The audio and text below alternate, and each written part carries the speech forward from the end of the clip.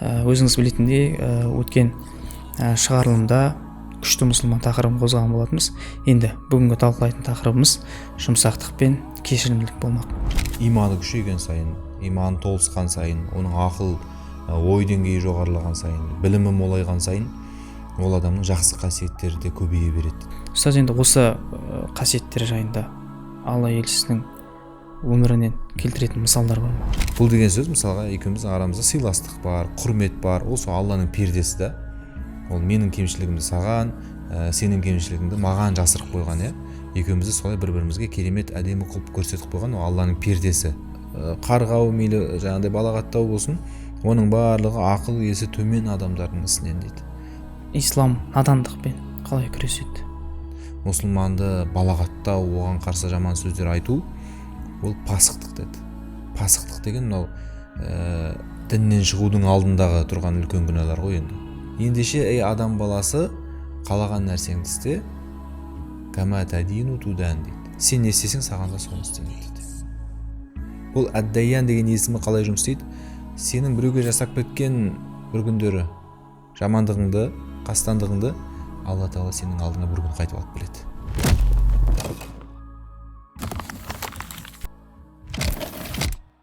Ассалаумағалейкум, таным арнасының бізді сағынған тұрақты көрермендері. Бүгін сіздермен көркем мінезге қатысты дәрістер топтамамызды жалғастыратын боламыз. Енді әдеттегідей сұхбатымызға көмектесетін Дастан ұстазымыз келіп отыр. Ұстаз, қош келдіңіз. Өзіңіз білетіндей, өткен шығарылымда күшті мұсылман тақырыбын қозғаған болатынбыз. Енді бүгінгі талқылайтын тақырыбымыз жұмсақтық пен кешірімділік болмақ. Енді өзіңізге алғашқы сауалым, жұмсақтық пен кеңдік қандай қасиет? Осы жайында айтып берсеңіз. Бисмилlah, алхамдулилlah, уассалату вассаламу аля расулилlah. Бұл адамның мінезі, бойындағы жақсы жаман қасиеттері Шейх Ғазали айтады кітапта. Сондай бір сәттерде, өзінің көрінетін тұстарында байқалады дейді. Жайбарақат кезде, былайынша үйінде отырған кезде, немесе тып-тыныш өзімен өзі жүрген кезде, ол адамның қандай екенін білу қиын дейді. Ол адамдармен, басқа адамдармен қарым-қатынасқа түсе бастаған кезде, я болмаса сондай ашуланатын сәт туған кезде, тағы қалай айтайық, кешіру керек болатын кез болып қалған кезде, ана бойындағы жақсы мінездер мен қасиеттердің көрінуі керек тұстарында оның көрініп көрінбей қалуы сол кезде байқаймыз дейді. Енді ол неге байланысты деген кезде ол айтады: «Хунака иртибатун муаккидан байна сиқатил мар'i би нафсихи ва байна анатихи ма'ал ахарин» дейді. Бұның барлығы адамның басқаларға кеңдікпен, кешіріммен қарауымен және өзіне деген сенімділігінің арасында үлкен байланыс бар дейді. Мысалға, ұлы тұлғалар, үлкен сондай бір кең адамдар басқалардың қателіктеріне, басқалардың оларға жасаған жамандықтарына сондай бір кешіріммен қарайды және олардың істеріне үзір іздейді дейді. Бұл жақсы қасиеттің белгісі да. Енді бұл жұмсақтық пен кеңдігі бар адам, кешірімділігі бар адам, демек ол ұлы тұлға деп тұр ғой. Ол майда-шүйда істермен айналысатын, сөз қуатын, я болмаса деңгейі төмен адам емес дейді. Жаңағы жұмсақтық, біріншіден кешірімділікті оны қайдан көреміз деген кезде, оны сондай адамның бойынан көреміз. Оған қалай жетеміз деген кезде, сондай адам болуға тырысу керек дейді. Енді ондай адам белгілері қандай деген кезде, ондай адам басқалардың қателіктеріне, басқалардың өзіне жасаған жамандықтарына, зияндарына кешіріммен қарайды да оған үзір іздейді дейді. Мүмкін ашуланып тұрған шығар. Мысалға, біреу сізге дөрекі сөйлеп жіберді, ол өзінен өзі өйтіп сөйлеген жоқ қой. Бір проблемасы болып жатқан шығар. Бір жерден ашуланып шыққан шығар, қиналып жүрген шығар деген сияқты оның жаңағы бір іс-әрекетіне үзір іздеуге тырысады. Және оның жұмсақтығын тағы бір мысалмен түсіндіреді. Мысал айтайық, үлкен бір ойшыл, ғалым адам көшеде келе жатқан кезде кішкентай балалар оған ойнап па, бір ерігіп тас лақтырып, онымен немесе бір жаман сөздермен мазақтап, сөйтсе ол аналармен алысып кетпейді ғой. Оны ескертіп тұр, бала ғой деп қарайды да кетеді. сол сияқты адамның иманы күшейген сайын, иманы толысқан сайын, оның ақыл ой деңгейі жоғарылаған сайын, білімі молайған сайын, ол адамның жақсы қасиеттері де көбейе береді дейді. Бұл тек жаңағы біз айтып отырған екі қасиетке ғана қатысты емес, бұл барлық қасиетке қатысты. Және ол үшін адам ең бірінші кезекте өзіне сенімді болу керек деп тұр ғой. Яғни мысалға біреу жамандап жатса, оған бір жала жауып жатса, ол өзіне сенімді ғой, онда емес екенін біледі ғой. Онда ешқандай да ол сөздер ашуландырмайды, оған бір жаман оны іс-әрекеттерге итермелемейді. Сол сияқты мысалдар келтіреді. Мысалға Худ пайғамбардың мысалы, қауымы тіпті оны инна ланарака фи сафахатин, біз сені ақмақ деп ойлаймыз, ва инна ланазуннука минал казибин, оның үстіне біз сені өтірікші деп санаймыз деген сөздерді айтты да. Енді пайғамбар Алла Тағала тарапынан кеп тұр, тура жолда кеп тұр, Алланың құзырындағы сол замандағы ең дәрежесі биік жоғары тұлға, бірақ адамдар оған сондай сөз айтып жатыр да. Сонда Нұх пайғамбардың жауабын қараңыз да. Қала я қауми лайса би сафахатун валакинни расулун мин раббил аламин. Ей қауымым, мен ақымақ емеспін, мен әлемдердің Раббысының елшісімін. Жай ғана бір ашусыз, ешқандай бір қалай айтсақ, оған бір долданбай, жай ғана жауап берді. Жоқ, мен ақымақ емеспін, мен Алланың елшісімін сендерге келіп тұрған. Убаллигукум рисалати рабби ва ана лакум насихун амин. Мен сендерге Раббымның хабарларын жеткіземін, және мен сендерге адалмын, маған сенсеңдер болады деген сөздерді ғана айтты. Енді автор айтады, елестетші дейді, анау тасқа табынып, не болса соны құдай санап жүрген ақымақ қауым қайда, Худ пайғамбар қайда? Екеуінің дәрежесі жер мен көктей ғой дейді. Бірақ бұл Нұх пайғамбар өзінің дәрежесін білді. Және жаңа қателік жасап жатқанда бағана кішкентай баламен салыстырды ғой. Олардың да деңгейін білді. Сөйтті да бұл олардың деңгейіне түскен жоқ дейді. Осы жерге әкепті да. Сондықтан адам кешірімді болу үшін жұмсақ болу керек. Ал жұмсақ болу үшін оның жүрегі иманға, ал ақылы сондай айтсақ өте жоғары болу керек. Ұстаз, енді бұл иманның жемісі жүректің жаңағы нұрға толғандығын екендігін білдіретін сипаттар екендігін тағы да бір айқындап түсіндіріп беріп жатырсыз ғой. Ұстаз, енді осы қасиеттер жайында Алла елшісінің өмірінен келтіретін мысалдар бар ма? Пайғамбарымыз Мұхаммед саллаллаху алейхи уассалам бізге тұрғанмен үлгі. Құранда Алла Тағала айтты: «Лақад кана лакум фи расулиллахи усватун хасана». Сендерге Алла елшісінің бойында көркем үлгі бар. Яғни содан көргендеріңді істей беріңдер, соның айтқанын жасай беріңдер, соған толықтай еріңдер деген мағына ғой. Пайғамбар саллаллаху алейхи вассаламның өмірінен біз өзімізге керекті барлық мысалды таба аламыз. Соның ішінде осы жұмсақтығына, кешірімділігіне де мысал көп. Мысалы, хадис кітаптарында келеді, Пайғамбар саллаллаху алейхи вассалам олжадан түскен мал дүниені таратып жатқан кезде бір ағраби дейді, енді бадауи арабтар дейміз ғой, сәл дөрекілеу келетін, қатқылдау келетін шалғайдың арабтары ғой. Солардың біреуі келіп Пайғамбар саллаллаху алейхи вассаламнан өзінің үлесін сұрайды. Яғни маған да бір нәрсе тиесе ме деп сұрайды ғой. Сонда Пайғамбар саллаллаху алейхи вассалам оған береді. Сөйтеді, мен саған жақсылық жасадым ба деп сұрайды. Яғни ризасың ба, қанағаттандың ба дейді ғой. Сонда ана кісі ла уала әжмәлта дейді. Жоқ, жақсылық деген маңына да жуытқан жоқсың дейді. Яғни жақсылық жасамақ түгіл, мынаны жақсылық деп айтуға да тұрмайды деп тұр ғой, өте аз беріңсің деп. Оны естіген айналасындағы сахабалар қатты ашуланады. Тіпті кейбіреулер оған жағасынан ұстағысы келеді. Сонда Пайғамбар саллаллаху алейхи вассалам былай қолымен ишарат етіп, тиіспеңдер деп, тағы да бұйырады, тағы да оған олжадан мал үлестіреді.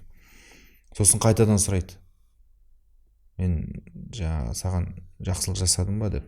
Бірақ ол кезде айналасында сахабалар тарқап кеткен ғой. Сөйтеді, ия фажазакаллаху мин ахлин ва аширатин хайран. Менің бүкіл отбасымның, ағайын туысымның атынан алғыс айтам. Алла саған разы болсын. деп берген малға қанағат тұтады. Сосын пайғамбар саллаллаху алейхи вассалам оған айтады: сен жаңа біраз сөздер айттың маған. Оны естіп отырған менің жанымдағы сахабаларға бұл сөзің ұнамай қалды. Сондықтан қазір олардың да көзінше осы сөзді айтасың ба дейді. Жаңағы ризалшылығыңды халықтың алдына да шығып айтасың ба дейді. Ана кісі әрине айтамын дейді. Сөйтеді де халықтың алдына шығып тағы да айтады жаңағы сөздерді. Яғни риза екенін білдіреді. Бұны не үшін істеп жатыр? Яғни басқалардың да көңілінде ана кісі бағанағы бірінші бейнесінде қалып кетпесін деп тұр ғой. Одан кейін риза болды, одан кейін жақсы сөздер айтты ғой. Бірақ сахабалардың көзінде бағанағы қанағаттанбай тұрған, ашуланып тұрған бейнесі қалып қойды да. Сондай күйде қалып қоймасын деп пайғамбар саллаллаху алейхи вассалам олардың да көңілдерін тазартайын деп олардың да алдына шығарып жаңағы сөздерді айтқызды. Әйтпесе өзіне қайта-қайта мақтау сөз арнасын деп тұрған жоқ қой. Сосын сахабаларға қарап айтты: мені мен сендердің мысалым түйесі қашып кеткен адам сияқты. Ол барып түйесін ұстайын десе, жанында адамдар көмектесеміз деп жиналып келіп, оны түйені үркітіп, одан сайын қашырып жатқан сияқты дейді. Ал егер мына адамдар тыныш қана өздерінің жайларында тұрса, егесі өзі таниды ғой түйесін, түйесі де егесін таниды. Жаймен барып түйесіне жұмсақтық танытып, оны жаймен қайтадан ұстап алатын еді ғой дейді. Сол сияқты сендер ана келген кісіні жүрегіне үрей салдыңдар, оны одан сайын қорқыттыңдар деген мағынада айтып тұр ғой. Бұл жерде пайғамбар саллаллаху алейхи вассалам сахабаларға жұмсақтықтың қандай да бір қиын жағдай, қандай конфликт жағдайлар болады ғой, адамдардың арасында кикілжің туып тұрған, тіпті от жағайын деп тұрған жерлерде жұмсақтық болатын болса, ол өзінен өзі басылатынын көрсетіп тұр да. Және көп жағдайда адам кешіріммен қарайтын болса, анау қателікті істеген немесе жаңағы жамандықты жасаған адамның өзі-ақ ұялып, өзі-ақ өзінің дұрыс емес екенін мойындап, керісінше оның кешірім сұрауына себеп болатынын көрсетіп тұр. Сол үшін де пайғамбар саллаллаху алейхи вассалам қанша ашуланатын кездер болса да ашуланбаған дейді, және өзінің жеке басы үшін ешкімнен кек алмаған дейді. Бүкіл пайғамбар жайында келген, оның мінез құлқы жайында келген кітаптардың барлығында ол кісіні осылай сипаттайды. Сол сияқты бағана Худ пайғамбарды келтірдік қой, өзінің қауымының айтқан ауыр сөздеріне жай ғана жауап берген деп. Пайғамбарымыз саллаллаху алейхи вассаламға да сондай ауыр сөздерді айтқан кездер болған. Оның бір мысалы, сондай бадауи арабтардың бірі келіп, олжа бөлініп жатқан кезде: ей Мұхаммед, сен неге әділдік жасамайсың деген ауыр сөзді айтады. Оған пайғамбар саллаллаху алейхи вассалам: егер мен әділдік жасамасам, кім әділдік жасайды деп жай ғана жауап береді. Егер мұсылмандардың басшысы бола тұра, бүкіл мұсылман үмбетіне үлгі болып келген мен әділдік жасамайтын болсам, онда қалғанның барлығы құрыды ғой деген жай ғана бір мысал тастайды да оның ойына. Және сахабаларына да оған ешқандай тиіспеу керектігін, оған қарсы жауап көрсетпеу керектігін бұйырады. Ұстаз, дұрыс айтасыз. Алла елшісінің өмірі біз үшін үлгі, және де бұндай қасиеттер ол кісінің өміріндегі ең биік шыңдар деп айтсақ қателеспейміз ғой. Енді ұстаз, жалпы бұл қасиеттерге қалай айтсам болады, бұл қасиеттерді құртатын амалдар бар. Оның бірі ашу. Жалпы ашудың зияны, және бұл ашуды басқару үшін қандай кеңестер ұсынасыз? Пайғамбарымыз саллаллаху алейхи вассалам өзінен бір өсиет айтшы деп сұрап келген сахабаға ашуланба деп айтқан әйгілі хадисі бар ғой. Өйткені ғалымдар айтады, ашу адамның бойындағы бүкіл жақсы мінездердің бәрін шайып кетеді дейді. Мысалы, мен сондай әдепті, тәрбиелі адаммын дейік, мен өте бір жұмсақ, кешірімді адаммын дейік, сабырлы адаммын дейік. Бұлай қалыпты өмірде өте көп жақсы мінездерім, жақсы қасиеттерім бар дейік. Бірақ мен бір жерде өзімді сондай ұстай алмай, ашуланып, ашуға беріліп қоятын болсам, мені ешкім ондай адамды ойламайды. Сол жерде мені көрген адам, тіпті оған дейін мені көріп танып жүрген болса да, ана ашу алдыңғы жақсы қасиеттердің барлығына көлеңке түсіреді. сол үшін де пайғамбар саллаллаху алейхи вассалам қандай жағдай болса да ашуланба, жаңа ля тағдаб уалакал жанна хадисінің жалғасында ашуланба, жәннатқа кіресің дейді. Ол сенің жәннатқа кіруіңе, бағанағы мінезіңді құртып алмауыңа, амалдарыңды жойып алмауыңа тікелей себеп болатын ол сенің ашуланбау деген, яғни ашуды ұстай білу деген қасиет. Әрине бұл жерде ескерте кету керек, ашуды мүлдем жойып жіберу керек. Адам ашуланбай қалатын болып қалу керек деген нәрсе емес. Ашуланатын жерлер болады. Ашуланатын шынымен де өмірде жерлер болады. Ақиқат үшін, шындық үшін, немесе жаңағы адам өзінің малын, отбасын қорғау үшін, сондай кездерде Алла әдейі берген адамның бойына қабілеттер ғой, оның барлығы өзінің орнында, орнымен көріну керек та. Ал енді күнделікті тіршілікте, өмірде адамдардың арасындағы сынақ жағдайларда не болса соған ашулану, ол әрине дұрыс емес. Абу Саид аль-Худри деген сахаба айтады, бір күні пайғамбар саллаллаху алейхи вассалам бізбен бірге асыр намазын оқыды. Сосын асыр намазынан кейін бізге хутба оқыды дейді, яғни біраз уағыз насихат айтты. Соның ішінде менің жаттап алған сөздерім мынау қалды дейді. Әла инна бани адама хулиқу аля табақатин шатта. Естерінде болсын, адам балалары әр түрлі дәрежеде жаратылған. Әла ва инна минхумул батиул ғадаб ва сариул фай. Олардың ішінде жай ашуланып, тез ашуы тарқайтын адамдар бар дейді. Оңайлықпен келе қоймайды ашуы, келсе де тез тарқап кетеді. Ва минхум сариул ғадаб сариул фай.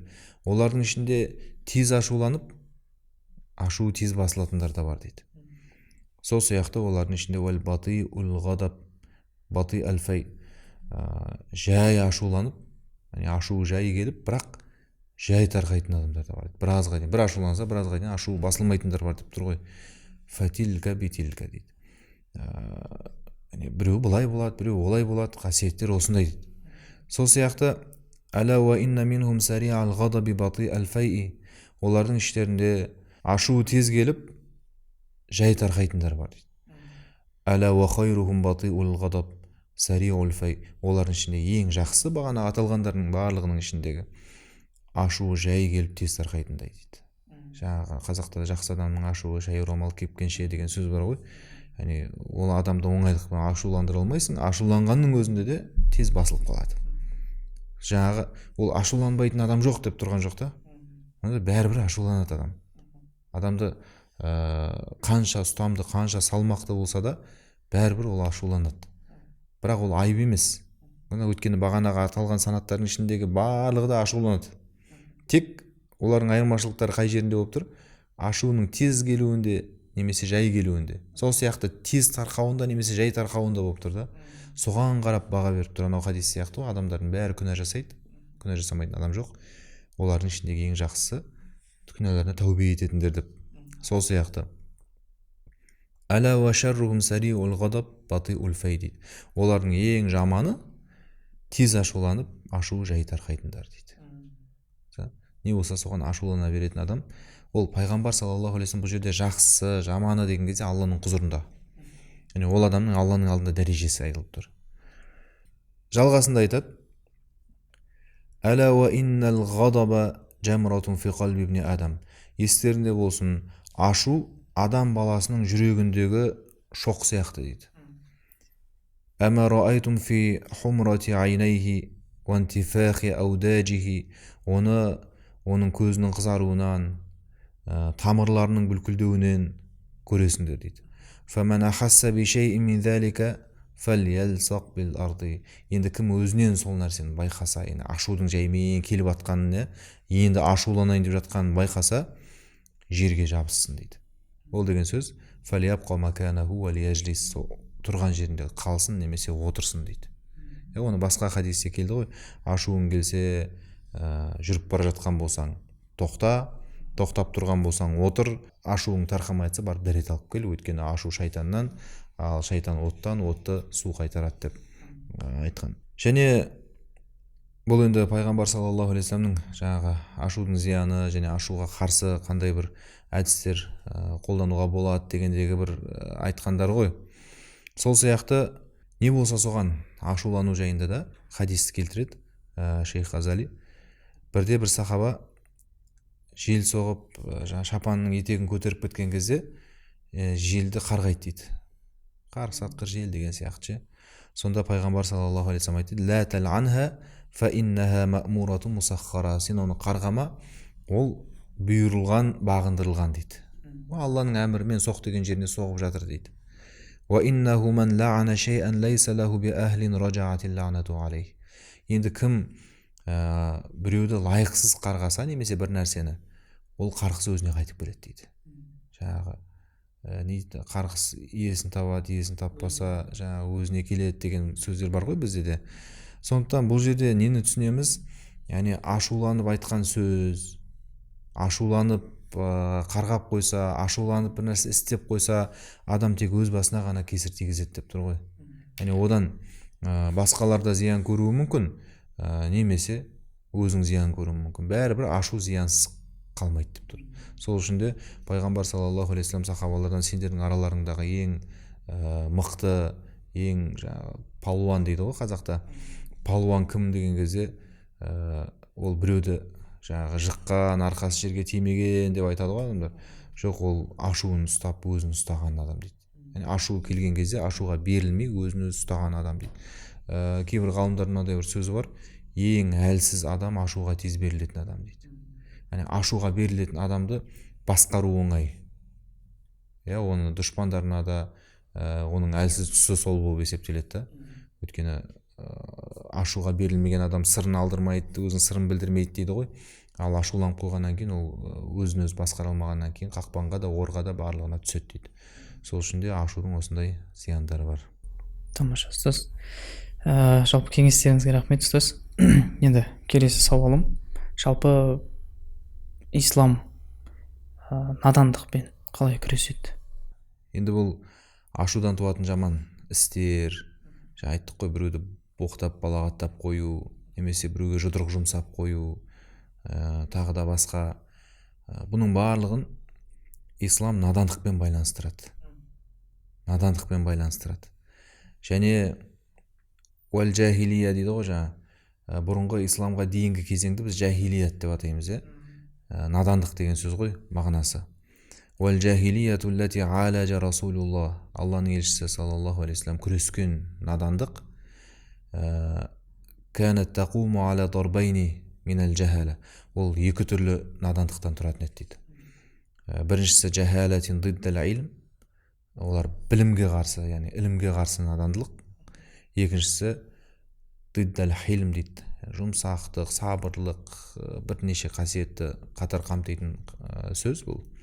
Яғни жақсы мінездерге, жақсы қасиеттерге қарсы надандық десек болады. Яғни ол кездегі надандық екі нәрсемен тұрды. Білімге қарсы шықты олар, және жақсы мінез қасиеттерге қарсы шықты. Ал пайғамбар саллаллаху алейхи вассалам осының екеуімен де күресті дейді. Білімге қарсы енді надандықпен сол Құранның нұрын тарату арқылы, олардың көздерін ашу, білімге шақыру арқылы күрескен болса, ал екіншісі жақсы мінездерді өзінің бойымен үлгі қылып көрсету арқылы күресті дейді.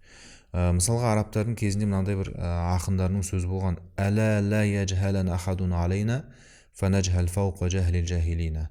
Бізге біреу надандық қылатын болса, біз оған одан да асырып надандық қыламыз деген да. Яғни сондай бір арсыз, ұятсыз істеп кететін болса біреуге, ол одан да асырып оған көрсетеді. Олардың яғни сондай өмір салты, сол кездегі не үшін жахилият надандық деп аталып тұр, олар сондай қасиеттер, сондай мінездер кең тарағандықтан солай аталып тұр дейді. Ал ислам келді де жамандықпен қайтаруға болмайтынын үйретті, жұмсақтықпен кешірімді үйретті. Сондай хадистердің бірінде пайғамбар саллаллаху алейхи вассалам: "Сибабул муслим фусуқун ва қиталуху куфрун" деді. Мұсылманды балағаттау, оған қарсы жаман сөздер айту, ол пасықтық деді. Пасықтық деген мынау діннен шығудың алдындағы тұрған үлкен күнәлар ғой енді. Ал уақиталуху, оны өлтіру немесе онымен өлтіруге тырысу, алысу, қару көтеру деген мағынаның бәрін қамтиды. Ол діннен шығу дейді, күпір дейді. Осындай неде тең бір құқықты қоғам құру үшін осындай сөздерді пайғамбар саллаллаху алейхи вассалам айтты. Тағы бір хадисте мә мин муслимайни илля ва байнахума ситру миналлах. Екі мұсылманның арасында Алланың пердесі болады. Фа иза қала ахадухума ли сахибихи калимата худжрин харақа сатраллахи дейді. Егер екеуінің біреуі Алла жаңағы бір-біріне қалай айтсақ ұятсыз сөз, жаман сөз айтатын болса, ол Алланың пердесін бұзады дейді. Бұл деген сөз мысалға екеуміздің арамызда сыйластық бар, құрмет бар, ол сол Алланың пердесі да. Ол менің кемшілігімді саған, сенің кемшілігіңді маған жасырып қойған, иә. Екеумізді солай бір-бірімізге керемет әдемі қылып көрсетіп қойған, ол Алланың пердесі. Ал егер мен соны сөзбен бұзсам, оның ар жағында біздің айып кемшіліктеріміздің бәрі көрінеді, екеуміздің арамыздағы жаңа сыйластық құрметтің барлығы кетеді деген сөз ғой. Осылайша тәмсілмен пайғамбар саллаллаху алейхи вассалам түсіндіріп тұрды оны. Тағы бір оқиға, бірде жаңағыдай бадауи арабтардың бірі пайғамбар саллаллаху алейхи вассаламға исламды үйренуге келді. Ол бұрын ислам жайында еш нәрсе білмеген, сөйтті де адамдардан сұрастыра келіп, пайғамбар саллаллаху алейхи вассалам анау деп көрсетеді ғой енді. Пайғамбарды бұрын көрмеген. Сөйтіп, алейкассалам я расулаллах, саған Алланың сәлем болсын, Алланың елшісі деген сәлемді айтады, бірақ алейкассалам деген енді бір формасы сәл жағымсыздау да. Сосын пайғамбар саллаллаху алейхи вассалам ла тақул алейкассалам, бұлай амандаспа дейді. Неге? Өйткені ол тахиятул мәйт, ол мәйттің, өлген адамның сәлемі дейді ғой. Керісінше ассаламу алейк, бірінші ассаламу алейк, яғни сәлем бірінші айтылу керек. Солай айт дейді. Сосын сен Алланың елшісісің ба деп сұрайды. Пайғамбар саллаллаху алейхи вассалам ана расулуллах аллази иза асабака дуррун фадаутаху кашафаху анк. Мен Алланың елшісімін. Егер басыңа бір қиындық келсе, Алладан сұрайсың ғой, ол сенің қиындығыңды кетіреді. Мен сол Алланың елшісімін деп тұр ғой. Ва ин асабака аму санатин, егер саған қуаңшылық келсе, су болмай, шөп болмай, фадаутаху анбатахалак, сен одан сұрайсың, ол саған жаңағы өсімдік береді. Ва иза кунта би ардин қафрин фадаллат рахилатук, егер бір айдалада, сахарада жүріп, түйең немесе атың кетіп қалса, одан сұрайсың, ол саған қайтарып береді. Деп осылай жаңағы Алла тағаланың адамға жасаған жақсылықтарын айтты дейді. Сосын маған менен бір уәде ал деп айтты. Сахабалар келген кезде енді жаңағы қол тапсырады, пайғамбар саллаллаху алейхи вассаламға осындай нәрсені істеймін, мынаны істемеймін деп уәде бердім дейді ғой, жаңағы байғат жасадым дейді. Сондай жасағысы келеді де, менен бір уәде ал дейді. Пайғамбар саллаллаху алейхи вассалам ла тасуббанна ахадан, ешкімді сөкпе, ешкімге тіліңді тигізбе деп тұр ғой. Фама сабабту ба'даху хурран вала абдан вала ба'иран вала шатан. Жаңағы бадауи араб айтады, мен бұл уәдеден кейін ешкімге, әйел болсын, еркек болсын, құл болсын, адам болсын, мал болсын, тіпті ірі қара уақ, ешкі, еш нәрсені мен сөккен емеспін дейді. Сосын айтты дейді, вала тахқиранна шай'ан минал ма'руф, пайғамбар саллаллаху алейхи вассалам, жақсылықты аз да болса кем көрме, аз көрме, істей бер, бұның да сауабы болады деп. Ва анта каллама ахака ва анта мунбаситун илейхи вajhuk, бауырыңмен сөйлескен кезде, жүздескен кезде оған сондай бір жымиып, жылы қабақтанып деп айтты. Инна залика минал ма'руф, оның барлығы сауапты істерге жатады. Сосын айтты дейді, ва ин имруун шатамака, енді біреу сені балағаттап жатса, жарайды, сен өзің ешкімге ештеңе демейсің, жаман сөз айтпайсың, бірақ біреу сені сықпыртып боқтады мысалға. Ондай кезде уайярак, тіпті сені айыптап, сен жаңағы істемеген нәрсені істеді деп бетіңе не қылып жатыр.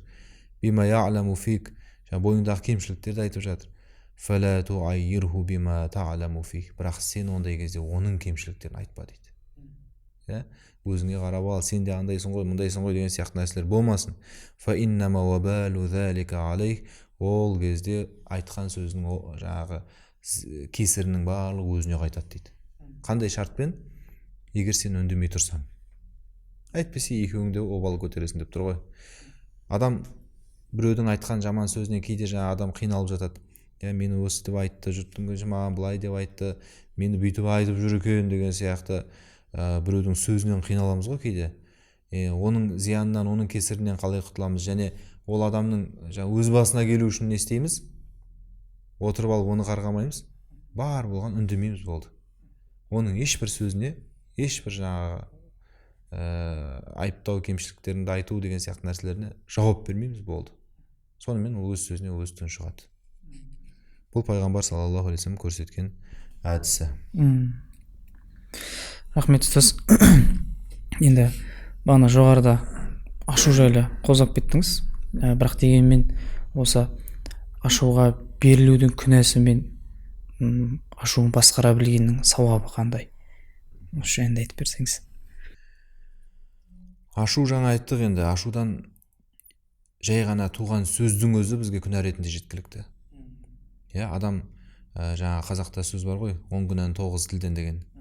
Адам кейде ойлайды, анандай күнә жасап атқан жоқпын ғой, анау айтқандай күнә істеп жүрген жоқпын ғой деп, бірақ жай ғана өзінің сөздерін сараласа, күнделікті азаннан бастап айтып жүрген, біреу жайлы, біреуге қатысты, мысалға өсек, ғайбат, өтірікке, жала жабуға жататын сөздерді білмей айтуға, сен білмейсің, бірақ айтып жатсың, біреуден естіп алғансың. Тіпті пайғамбар саллаллаху алейхи вассалам мұсылманның, жалпы адамның күнәһар болу үшін, немесе өтірікші болу үшін естіген нәрсесін бәрін айта берсе де жеткілікті дейді. Өтірікші болу үшін отырып алып әдейі өтірік құрастырып айту шарт емес. Естігеннің бәрін айта берсең өтірікші боласың дейді. Осындай білмейтін тілдің күнәсінің өзі жетіп жатады. Ал енді ашу бірінші кезекте тілден шығады ғой. Соны пайғамбар саллаллаху алейхи вассалам айтып, лайсал муъмину битаанин уала лаан дейді. Мұсылман ешкімге тіл тигізбейді, ешкімді қарғамайды, уала фахиш, жаман балағат сөздер айтпайды, уала бади, және ұятты тірліктер істемейді дейді. Уаллану мин хисарис сафала. Енді шейх Ғазали айтады, қарғау мейлі жаңағыдай балағаттау болсын, оның барлығы ақыл есі төмен адамдардың ісінен дейді. Уаллазина ястанзилуна аллаанати ала гайрихим лиатфахил асбаб ятааррадуна либалаин жасим дейді. Болмашы бір нәрселерге бола басқаларды балағаттап немесе қарғайтын адам, ол өте үлкен зиянға душар болады. Бәл иннал мар'a яджибу ан ятаназзаха ан ла'ни гайрихи. Сол үшін адам басқаларды қарғаудан аулақ болу керек. Уалау асабаху минхул ада шадид. Ол адамнан оған ауыр үлкен зияндар келсе де дейді. Сондай-ақ ва куллама рабал иману фи қалбин, жүректе иман өскен сайын рабат мааху самаха, сонымен бірге кеңдікте, кешірімдікте өсе береді дейді. Бағанағы сөздің жалғасы ғой, көрдіңіз ба? Кешірімді болу үшін, кең болу үшін, жұмсақ болу үшін не істеу керек деп жатырмыз ғой. Адам иманын күшейту керек екен. Уаздадал хилму, оның жұмсақтығы да көбейеді. Ва нафарал мар'у мин талабил халак вал ғадаб лил мухтиина фи хаққи. Ондай дәрежеге жеткен адам өзіне қатысты жамандық жасаған адамның құрып кетуін, немесе оның жаңағы айтайық сондай бәлеге ұшырап қалуын қаламайды дейді. Ондай қалау да болмайды оның жүрегінде. Оған тілеу, оны бір лағнеттеп қарғау былай тұрсын, ондай қалау да болмайды дейді. Керісінше оны Алла кешірсін, оны Алла тура жолға салсын, оны да Алла сондай бір ақылды, иманды адамдардан етсін деген тілегі ғана болады дейді.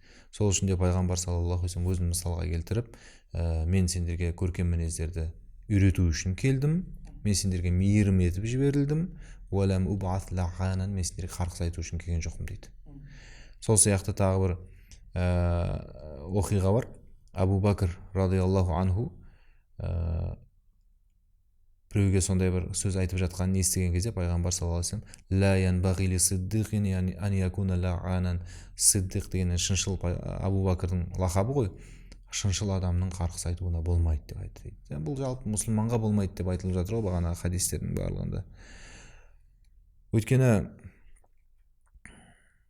білеміз, пайғамбар саллаллаху алейхи вассаламнан сахабаларда, періштелерде сұрады, анау саған қиындық көрсеткен тайыптықтарға тас лақтырып, жаңағы тас шөкелеп, сондай бір қорлық көрсеткен мүшриктерге қарсы қазір не айтсаң да орындалады.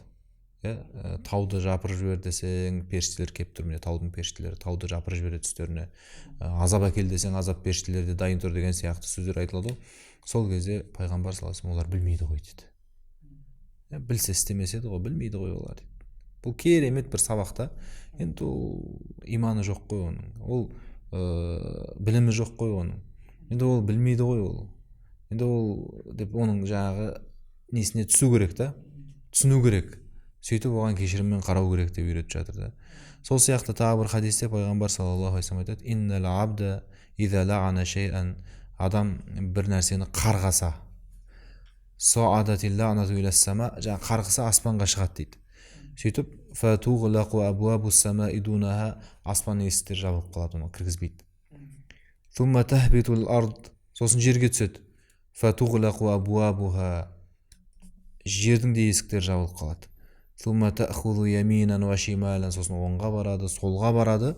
Фа иллам таджид мусаған, егер қарғыс егесін таппаса деген сөз ғой. Раджаат илаллази луин, жаңағы қарғысты айтқанға барады. Жоқ, қарғыс айтылған жаңағы нәрсеге барады, адам болсын немесе. Фа инкана ахлан, егер ол соған лайық болса, оған тиеді оған. Ва илля раджаат иля қаилиха, лайық болмаса, өзінің айтқан адамына қайтып келеді дейді. Хадистен алған ғой, біздің қазақ ондай сөздердің барлығын. Жаңағы лайық болса деген не енді бұл жерде? Шынымен де соның сол қарғысты алатындай ісі болса, саған шынымен зұлымдық көрсеткен болса, саған шынымен де жаңағы тізесін батырған болса, онда ол өзінің тиісті жазасын алады. Өйткені пайғамбар саллаллаху алейхи вассалам айтқан, зұлымдық көрген, жәбір көрген адаммен Алланың арасында перде болмайды. Ол қазір сол жәбір көріп, Алла мынау мені осындай қиындық көрсетті, мені қорлады деп, оған өзің көрсететініңді көрсет десе, ол міндетті түрде қабыл болады дейді. Сондықтан ол қарғыс айтпайды ғой, мұсылмандар деп жүре беруге де болмайды ғой, әркімге зиянын тигізіп. Ол адамның керісінше қарғысынан қорқу керек. Дұрыс айтасыз. Енді бүгінгі сұхбатта біраз ақпараттар айтып жатырсыз. Дегенмен енді бүгінгі сұхбаттағы соңғы сауалым десек те болады. Жалпы бұрынғы ізгілердің өмірінен осы кешірімділіктің көріністері қандай болды? Осы жайында айтып берсеңіз. Бұл пайғамбар саллаллаху алейхи вассаламның үлгісін көрген, осыны өмірінде мысалын көз алдында өткізген сахабалар, әрине ізгілердің басында сахабалар тұрады ғой. Солардың өмірінен біраз бұның несін көреміз, мысалын. Шейх бұл жерде келтіреді, кітапта Абу Бакр Сиддық радиаллаху анхудың оқиғасын келтіреді. Ол өзінің бір туысы болған, жақыны болған дейді. Соған қаржылай көмектесіп отырған, былай шыққан кезде оны отбасымен бірге асырап отырған бір мұқтаж отбасы ғой, бірақ туысқанында. Кейін Айша анамызға жала жабылған бір оқиға болды ғой. Сол кезде әлгі туысқанның сол өсек аяңды алып бірінші болып таратып жүргенін естиді. Абу Бакр қатты ашуланады. Сөйтіп ашуланып жаңағы кісіге айтады, бұдан кейін менен ешқандай жақсылық күтпе дейді. Бүкіл бағанадан бері, баяғыдан бері саған беріп отырған мал, дүние, мен бәрін тоқтатам дейді. Сонда Алла Тағала мынадай бір аят түсіреді. Уәлә я'тали улул фадли минкум ас-саа, сендердегі қолына кеңшілік, қолына бір мал мүлік, артық байлық берілген адамдар, ан ю'ту иля улил қурба вал масакин вал мухаджирина фи сабилилла, жақындарына, міскіндерге, Алланың жолында хижрет етіп, Алланың жолында көшіп келгендерге содан үлес беруге, яғни содан бөліп көмектесуге, содан тартынбасын, көмегін аямасын дейді. Уәлияфу уәлиясфаху, және кешіріммен қарасын дейді. Абу Бакрға айтып жатыр жаңағы оқиғаға байланысты. Әлә тухиббуна ан яғфираллаху лакум, әлде Алланың сендерді кешіргенін қаламайсыңдар ма дейді, жақсы көрмейсіңдер ма? Wallahu ғафурур рахим, Алла өте кешірімді, Алла өте мейірімді деген аятты түсіреді. Бұл Нұр сүресінің 22-ші аяты.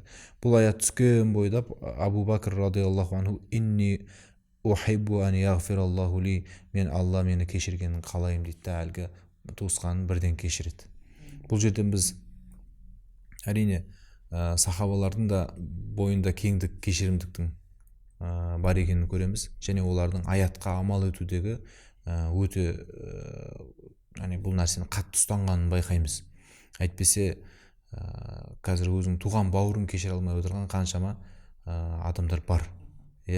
Жыл өтсе де, жылдар өтсе де, арасына қаншама адамдар солар татуластырмақ болып түссе де, жоқ, мен оны көргім келмейді, мен жаназама келмесін деген сондай бір өкпесі қара қазандай болып отырған бір әке, бір шешеден туған бауырлар бар. Ал мынау әшейін қарип дейді, бұл оның руласы болуы мүмкін, әшейін әйтеуір бір жерлерден келетін жақыны болуы мүмкін. Әйтпесе жабысып қалған туысқан емес. Бірақ соның өзін Абу Бәкір радиаллаху анху Алланың аятына бойсынып бірден дереу кешірді. Ал енді ана жерде ашу әлбетте, енді сен туған қызыңа қатысты жала жауып жатса, оны бір жеңіл жүріспен айыптап жатса, ол қыз, ол қалай, ол мысалға пайғамбардың әйелі Айша анамыз, сол сияқты Сыддық, Алланың өзі куәлік еткен оның шыншылдығына, Абу Бәкірдің қызы, мына жағынан да мына жағынан да тектіліктің ортасында тұрған адамға енді ешкімнің ақылына сыймайды ғой. Соншалықты дәрежеде қастандық қылған адамды ол кешірмеуі, оған ашуланып, оны мүлдем аластатып жіберу қалыпты нәрсе. Оған қатысты Абу Бәкірді жазғыруға да болмайды. Оның істеп жатқаны дұрыс емес деп те айта алмайсың. Аншалықты дәрежедегі қастандыққа қарсы.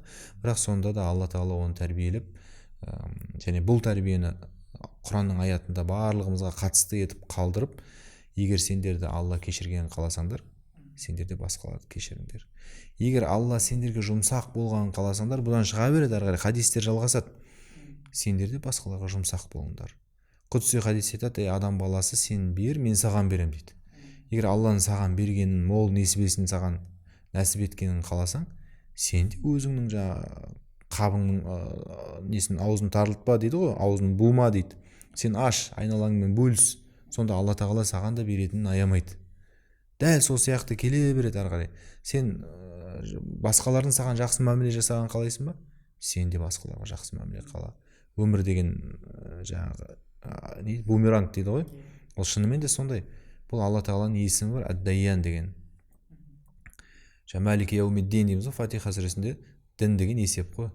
Ад-Дайян деген сол есепті жүргізуші деген сөз да. Енді құдси хадистерде келеді, Алла Тағаланың Ад-Дайян деген есімі, ол ұйықтамайды, ол мүлгімейді, ол қалғымайды, ол еш нәрсені байқамай қалмайды. Ендеше адам баласы қалаған нәрсеңді істе, кама тадину тудан дейді. Жаңағы сөз бәрі етістікке айналып жүрген. Сен не істесең, саған да соны істейді дейді. Бұл Ад-Дайян деген есімі қалай жұмыс істейді? Сенің біреуге жасап кеткен бір күндері жамандығыңды, қастандығыңды Алла Тағала сенің алдыңа бір күн қайтып алып келеді. Сенің кезінде біреуге көмектескен, қол ұшын берген, біреу қиналып тұрған кезде сондай бір қол ұшын бергеніңді, ертең сен қиналған кезде Алла Тағала соны сенің алдыңа алып келеді. Саған да солай қатты қиын кезінде қуантатындай, сен сондай бір Аллаға ризашылық, аузынан мақтау, мадақты шығаратындай бір күшті бір халге алып келеді Алла Тағала сені. Сондықтан адам ойламау керек, мен істеген нәрсем жай қалып жатыр деп, жақсылық болсын, мейлі жамандық болсын, не нәрсе істесе де оның барлығы өзінің басына дүниеде де ақыретте де оралады. Рахмет ұстаз. Бүгін көптеген ақпараттарға, көптеген дүниелер айттыңыз. Енді осы айтылған дүниелерге амал ету жазсын бізге. Құрметті таным арнасының көрермендері, сіздерді келесі шығарылымда тағы да қуантамыз деген үміттеміз. Сондықтан парақшаға тіркеліп, лайк басып, төменге достарыңызды белгілеп кетіңіздер. Таным арнасы қосулы болсын. Рахмет.